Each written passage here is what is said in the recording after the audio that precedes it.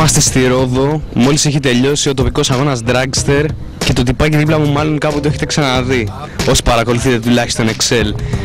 Είναι ο νικητής της κατηγορίας 5 στον αγώνα που μόλις τελείωσε και έχει να σας πει δύο λόγια.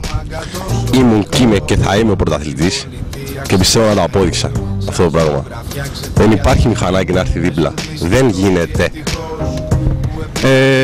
Βασικά κάναμε λίγο φασαρία εδώ πέρα, κάψαμε λίγο λάστιχο και Νίκη Τόμσον ήτανε. Νίκη Τόμσον, ναι, 150-50. Και για πες μας τι άλλα πράγματα φοράει το μηχανάκι σου. Το μηχανάκι φοράει αυτά που φαίνονται.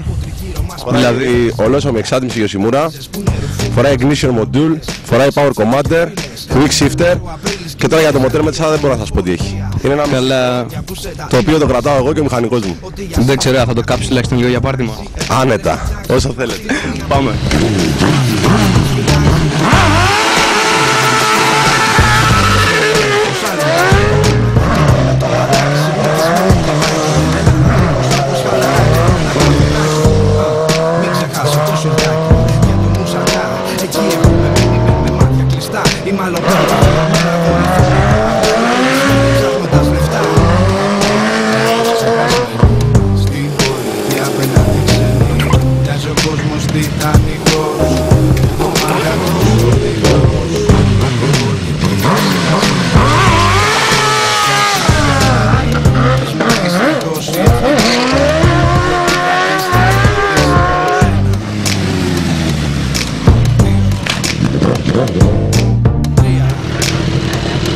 Πάλι έξω θα βγάλες ρε.